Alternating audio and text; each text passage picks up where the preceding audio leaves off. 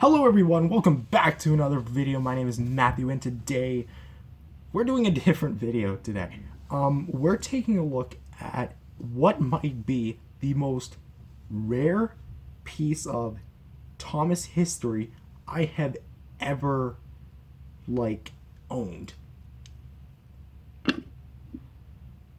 This is the second production run of the original Thomas and Friends wooden railway Thomas himself.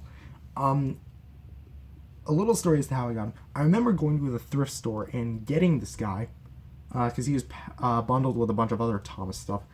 I thought he kind of looked cool. I wasn't sure what he was from. I know he was a wooden railway, but I didn't know he was that old. So I kind of took him home, and then kind of played with him a little bit.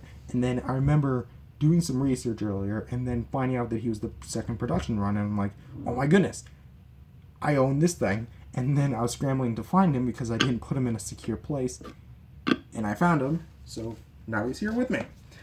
I usually do these reviews differently because I do them in three steps: sculpt and paint, articulation, and size. I was about to say price, but that's only for my figure showdowns or figure comparisons.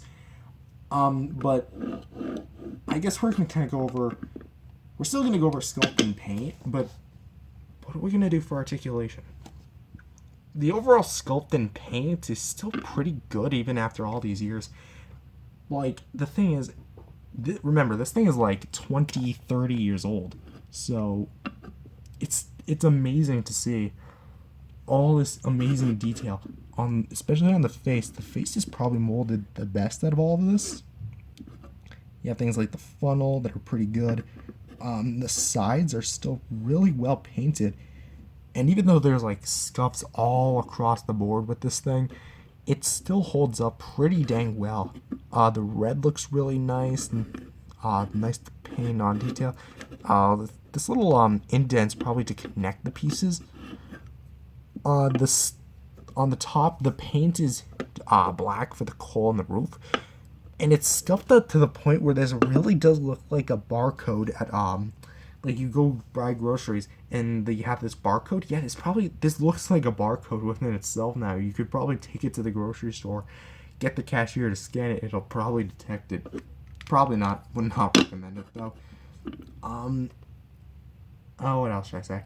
I always loved Thomas's color scheme because it always had blue as the main, red as the second main, and then yellow would be only for the number 1, and then for the driver's window, and then for the whistle. The red would kind of be for the outlines and everything, especially for the buffers, which all that it is now is just a magnet. It also kind of slide back and forth. I also loved his wheels. I love his wheels. They're amazing. Also, this thing, the dome. You can tell it's the second run. Oh, come on. You can tell it's the second run because the dome is not a perfect cylinder. It's kind of goes down a bit and then goes flat.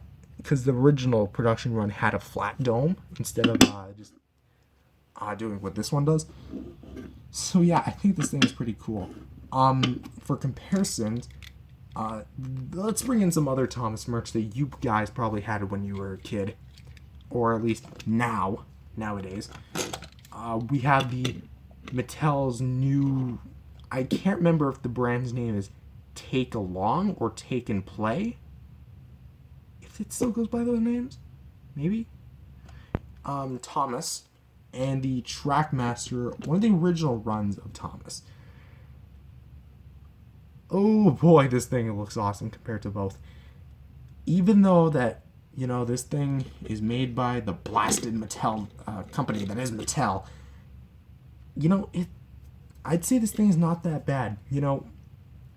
When I was much younger, I remember always disliking...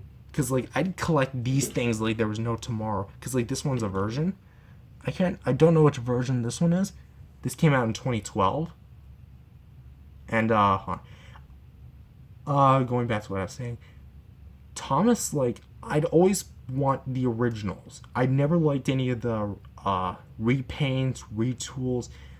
I'd always want my Thomas to be 100% Thomas, no special expression, no fancy paint job, no color alterations, just Thomas as his normal face, as his normal color scheme, and that was it. And, you know, I was really nitpicky, so I got my wish, and, you know, everything is all good. So I probably would have just took a look at this thing, realized, oh boy, it has a repaint, and then just chucked it away and moved on to the next Thomas. I remember having binfuls of these Thomas and Friends merch. You know, I loved Thomas when I was little, and I still like Thomas now. You know, I don't love him to the same capacity as I did back then, like in terms of an obsession. But I have major respect for the franchise. So, yeah, that's kind of my review or showcase of this Thomas. I'm really happy to call. I'm really honored to have a piece of Thomas history in my collection, and yeah, that's all I really have to say. If you're new to the channel, which chances you probably are, subscribe to the channel because I might start doing more Thomas content. Honestly, the last Thomas video I made was with was it talking about the season 25 reboot, and that did pretty well. So I might do some more Thomas content. Anyways, like and subscribe to the channel. I'll see you guys next time. Bye bye, everyone.